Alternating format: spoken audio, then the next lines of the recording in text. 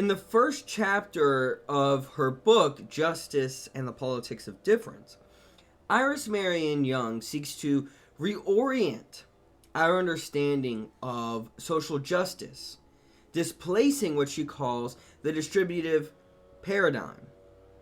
The distributive paradigm basically is this kind of, well, it's a paradigm, it's an entire way of thinking that's dominant in social and political philosophy, which thinks of justice primarily as concerning the morally proper distribution of burdens and benefits among society's members.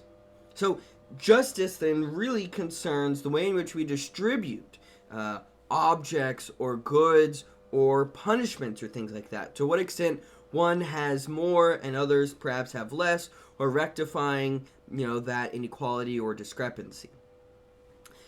Young criticizes this distributive paradigm on two bases. First, she says that such focus tends to think of justice in terms of allocation of material goods, which ends up ignoring the social structure and the institutional context that enables such distributional patterns. So what actually, if we're focused on distribution, what's the kind of background context or the practices that enable that distribution to occur in the first place, whether that means there's a certain kind of background social relations or whatever that's required in order to have justice, if we think of justice in distributional terms, or if we think of a kind of injustice in terms of the way that goods are distributed, and so we want to redistribute them. Well, what enables that distribution, that unjust distribution in the first place? Secondly, when distribution is metaphorically extended to non-material social goods, so someone, distribution theorists might say, okay, you know what, you're correct. Maybe there are some other kinds of things that social justice might be concerned with that isn't just a kind of like material good. And so maybe then we want to incorporate those other non-material goods like rights or whatever else into a distributional framework. Well, she says by doing that, such goods are actually thought of in static terms as opposed to a function of social relations and processes. That it thinks of these things, again, as you either have it or you don't, and not as how it is that maybe what those goods are matters of action, are matters of role being performed, such that it's not about the person having something, but it's power bestowed by a certain role that one is endowed with. Ultimately, this critique that she makes of the distributive paradigm, she says, means that the concepts of domination and oppression should be the starting point for a conception of social justice, not the concept of distribution. So she's not arguing against this idea that we should think of justice in distributional terms. There is a role for thinking about distribution, but it is not the dominant framework. And in fact, it's not the basic starting point for a theory of social justice. We should think of injustice in terms of domination and oppression, not as ways that goods, material or non-material, are distributed. Now, to think a little bit more about this idea of the distributive paradigm, right? We said that distributive justice concerns the morally proper distribution of burdens and benefits among society's members. Now, distributive theorists also often include non-material social goods. So it's not just a matter of like money or things like that we're talking about in distribution or property, but such things as rights, as opportunity, power, and self-respect. And she gives some examples of different theorists that are key thinkers in this distributive paradigm. So we have John Rawls, who argues that justice is defined as providing, in the first instance, a standard whereby distributive aspects of the basic structure of society are to be assessed. So we think about, when we're thinking of social justice, what's the starting point? Well, we want to know what is the kind of the standard or the rule by which we judge how certain key functions of society are distributed, and whether it's distributed in a just way. Runciman argues that justice revolves around the problem of arriving at an ethical criterion by reference to which the distributional goods in societies may be assessed.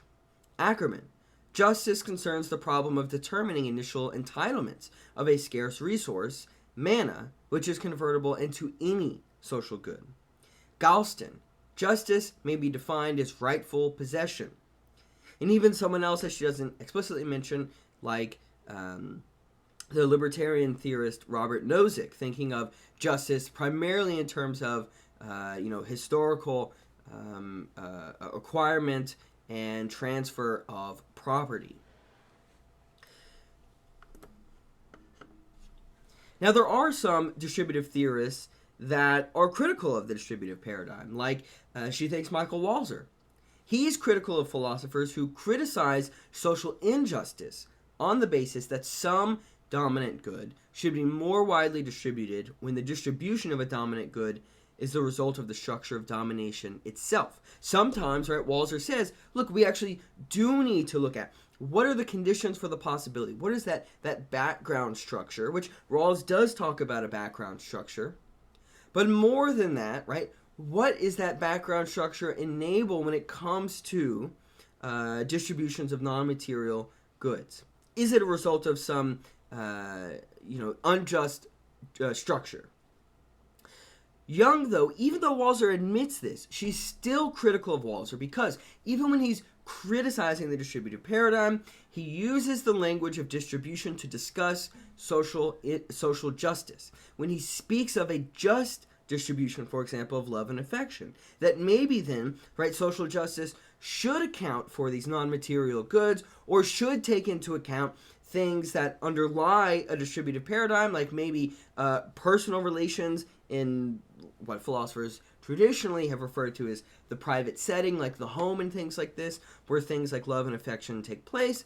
But even then, when Walser wants to, in a sense, not just pay lip service to it, right, but really think about it, he still does so, talking about, well, is love distributed equally? Is everyone getting the same amount of love, right? As if it's a thing, a commodity to be given, to be traded. The problem is that the distributive paradigm implicitly assumes a social atomism, that there are individuals that are definite and that are different compared to all other individuals, and those individuals then either have the things like love, they have rights, they have opportunities, or they don't, or they have some to a greater degree, others to a lesser degree. This doesn't take into account the internal relations among persons, because if it thinks of individuals in society as kind of socially atomistic, that we are all, a priori different, then it doesn't take into account the social relations between persons. The fact that maybe some persons can have, based on roles they perform in a society, like maybe in one context a father, maybe in another context a doctor, a citizen, right? That they're kind of, because of the relations and the different roles they perform, maybe then there are actually different rights or different powers granted by the roles itself that someone can easily slip in and out of or take on multiple of these roles at the same time. That means actually for individuals and all the kind of characteristics of them, it's more fluid. It's more a matter of process in relation to how they relate to others within a greater social structure or practice. Additionally, the distributive paradigm is pattern-oriented. It's based on making sure there's a kind of set final end that is deemed to be just. So it evaluates justice according to the end-state pattern of persons or goods that appear on the social field. So the social field is something set, and you basically rearrange the figures. But again, that kind of social atomism and thinking about what is the kind of just final distribution or relation even, maybe a social relation among persons, doesn't take into account that persons aren't fixed. They're a process. They undergo development and change in how, based on how they relate to others, based on the context, based on the culture, the historical paradigm, and so on.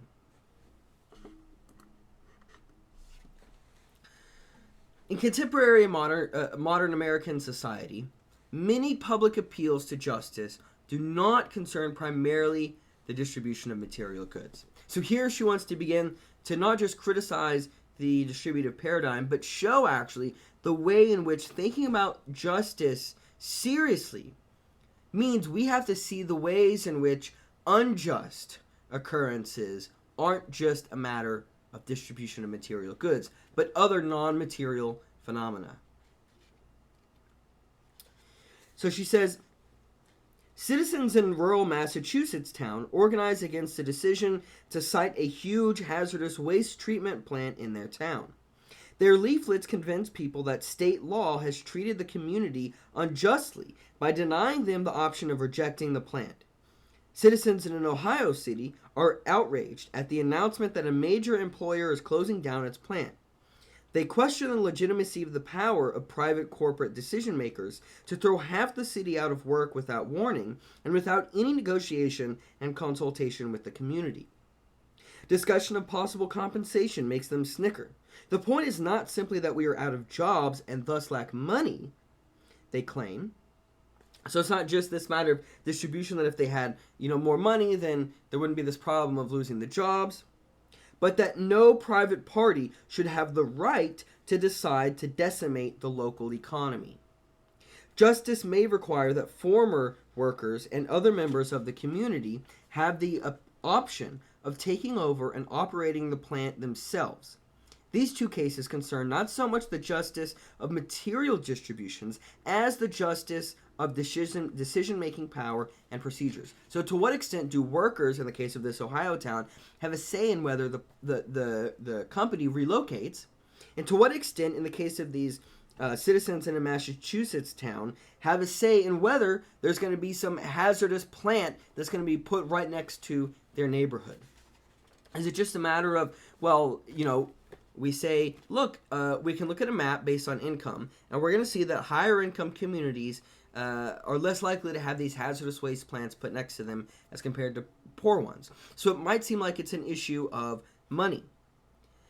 But what Young is trying to show is actually, regardless of the money, even though that's true, it's how money enables decision-making procedures through, for example, lobbying. Who gets a say in whether a hazardous plant is going to be built there or not? Continuing, she says, black critics claim that the television industry is guilty of gross injustice in its depictions of blacks. More often than not, blacks are represented as criminals, hookers, maids, scheming dealers, or driving connivers.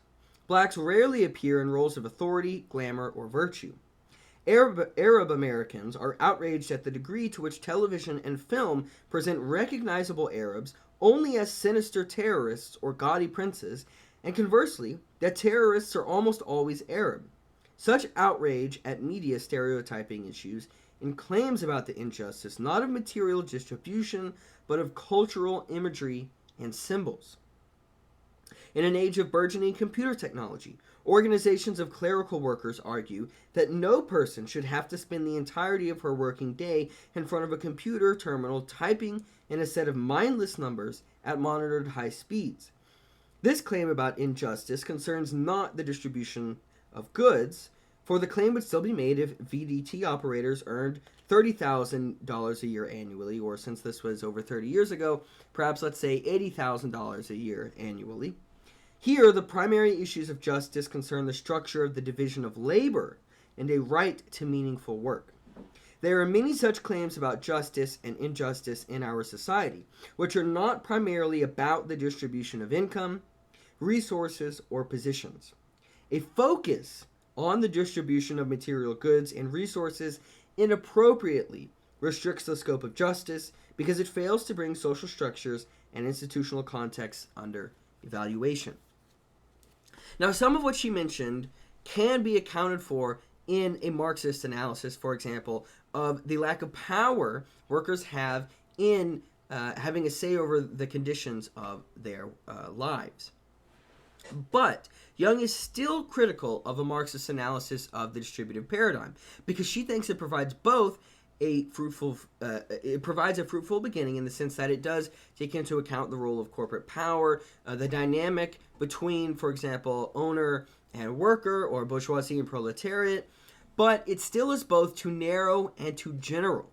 So she thinks that the Marxist analysis is too narrow in the sense that capitalist class relations are not the only phenomena of social structure or institutional context that the distributive paradigm fails to evaluate. So perhaps there are sexual relations. We can think in terms of like male-female, racial relations in terms of, white-black, and so on.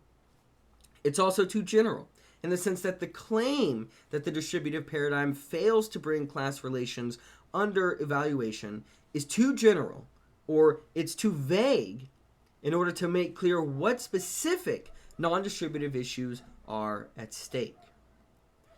I do think it's worth mentioning that I think there's probably a difference between, let's say, reading Marx and reading maybe Marxist thinkers in the second half of the 20th century who are focused on distributive issues, and they think of a Marxian account of justice in these solely distributive terms. Whereas I do think the earlier Marx, when he's talking about, for example, alienation, it is about the lack of power that workers have in democratic decision-making procedures. So I think that even then, the whole idea of a distributive paradigm, I think a kind of Marxian account in, let's say, the German ideology, would say, well, that paradigm takes place according to the dominant mode of production, according to, let's say, maybe in the non-explicit Marxist terms, according to the social conditions and material conditions which make possible those ideas. So I think perhaps maybe an earlier Marx could account for these issues, whereas definitely I think she's right to criticize the later 20th century Marxist philosophers. So she thinks there are three primary categories of non-distributive issues of justice in decision-making structure and procedures: division of labor, and culture. Now, decision-making issues include not only questions of who, by virtue of their positions, have the effective freedom or authority to make what sorts of decisions, but also the rules and procedures according to which decisions are made. So it's about not only who kind of has a say in, or let's say a vote, but also what is the process by which one votes. So we might think of workers. They could have a decision in whether their company is going to sell one good, what they're going to do with the waste, whether they're going to relocate, what the disparity is going to be in pay for different positions in the company. In case of the division of labor can be understood both distributively and non-distributively. As a distributive issue, division of labor refers to how pre-given occupations, jobs, or tasks are allocated among individuals or groups. But as a non-distributive issue, on the other hand, division of labor concerns the definition of the occupations themselves. On the one hand, theorists have questioned the justice of a pattern of distribution of positions that finds a small proportion of women in the most prestigious jobs. On the other hand, they have also questioned the conscious or unconscious association of many occupations or jobs with masculine or feminine characteristics, such as instrumentality or affectivity. And this is not itself a distributive issue. So, for example, whether or not, let's say, the occupation of a nurse is considered more of like a female position or a male position, and so maybe a doctor is considered more of a male job. Right? Those are not explicitly issues of distribution. Those are issues of division of labor, of, for example, what sex, or in other cases, what race gets certain positions, whether it's modeled to be for them, and so it would be, in a sense, inappropriate if, let's say, a male was a nurse or a female was a doctor or something like that. That kind of an issue concerns non-distributive issues of social injustice. And finally, culture is the most general of the three categories of non-distributive issues she says I focus on. It includes the symbols, images, meanings, habitual comportment, stories, and so on, through which people express their experience and communicate with one another. So in the case of thinking about movies, and whether it might be the case that the black person always gets killed first in the horror movie, or other kind of things of how minority figures are depicted in movies, or other cultural things like that, issues of cultural appropriation, all those kinds of things that Young thinks are not explicitly issues of distribution, injustice, or cases of injustice. Now, she does consider an objection here. So, theories of distributive justice can and should be applied to issues of social organization by formulating the issue in terms of the distribution of some material or non-material goods among various agents. So the idea here is that, again, well, what we can do is think of how we distribute, for example, maybe the number of roles that are, given to white people, Asian people, black people, and so on in movies, or other kinds of things. But Young's response is that applying the logic of distribution to non-material goods reifies aspects of social life that are better understood as a function of rules and relations than as things. So what this means by reifying is that it presents it as a distributional issue, but really there are other things that make possible how we see it as a matter of distribution. There are issues of, for example, decision-making procedures, social relations, and so on that underlie the distribution of the things that appear to us. So she says, for example, rights are not fruitfully conceived as possessions. Rights are relationships. They're not things. They're institutionally defined rules specifying what people can do in relation to one another. Rights refer to doing more than having, to social relationships that enable or constrain action, which is why the rights that might be given to some people and not others, let's say, for example, the certain rights that are given to like a president of the United States, they don't necessarily extend to the person if they're not president of the United States. So it's not that they have the things, it's the role they perform. So it's a matter of the institutions, the kind of social practices people are engaged in. Secondly, opportunity is a concept of enablement rather than possession. It refers to doing more than having. It's a matter of action, of carrying things out with respect to a certain role that one performs in a given context, in a given practice.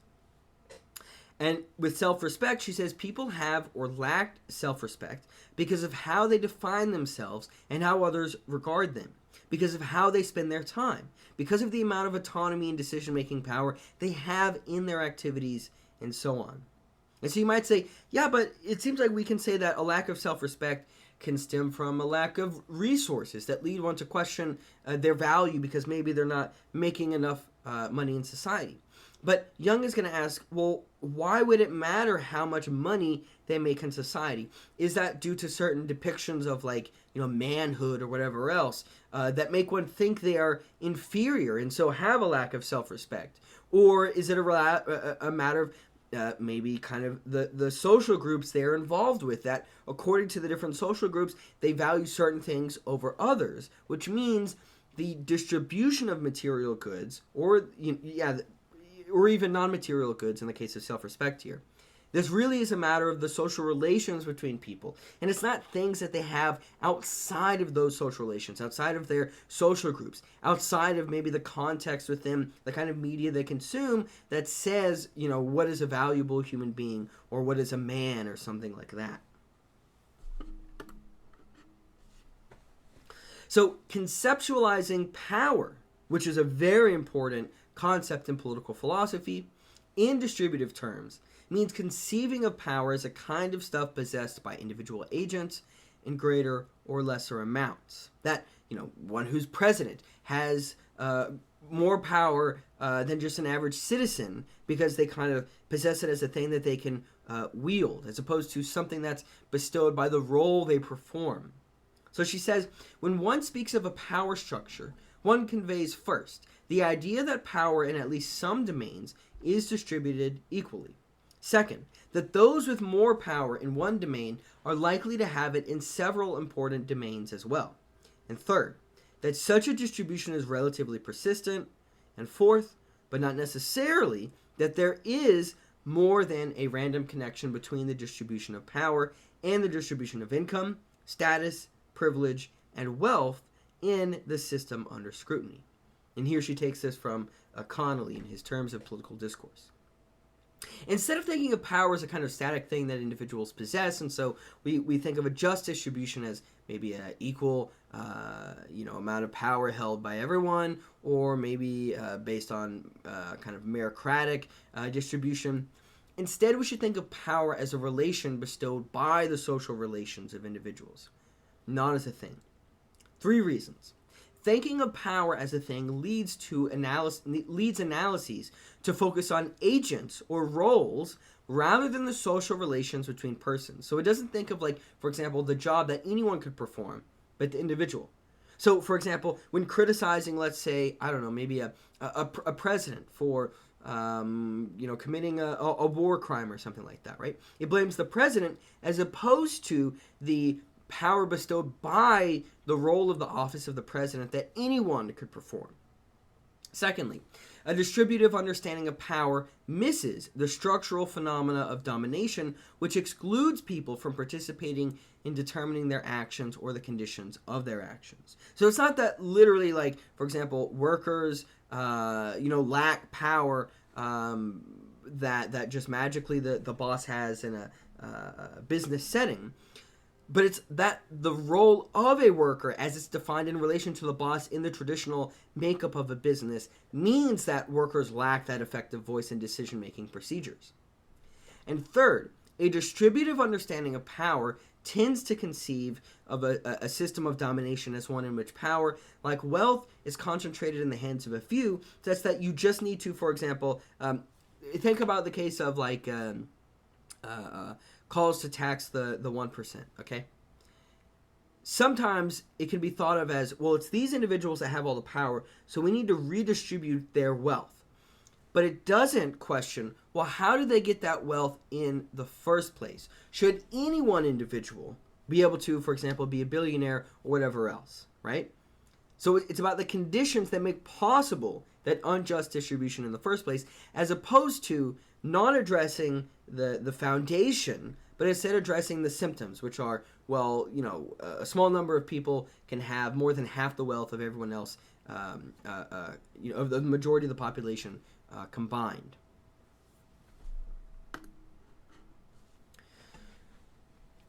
In Young's critique of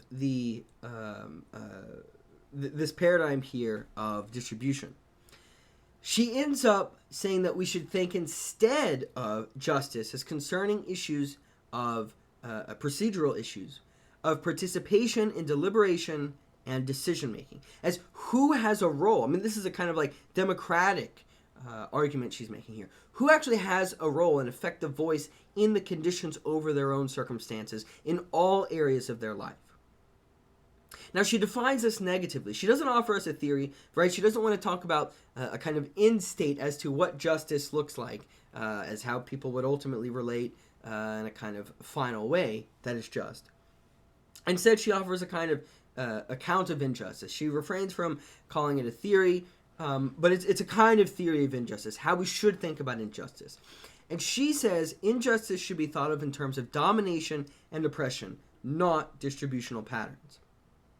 So, for oppression, she says, it consists in systematic institutional processes which prevent some people from learning and using satisfying and expansive skills in socially recognized settings, or institutionalized social processes which inhibit people's ability to play and communicate with others, or to express their feelings and perspective on social life in contexts where others can listen.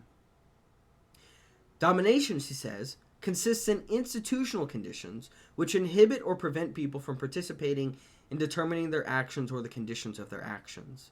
So in the case of domination, it's much more clearly a kind of democratic issue of effective voice in determining the conditions over which one finds themselves. In the case of oppression, this is more about kind of institutional limits that are beyond just the immediate decision-making ability, such that one might still have the ability to vote, but the way that they can vote or other kind of external influences that might kind of oppress and limit or maybe redefine the role that one occupies in society. And what she does is the chapter following this, called 5 Faces of Oppression, she gives 5 ways in which oppression can occur and how it's different from domination. But I don't have time in this video to get into that second chapter.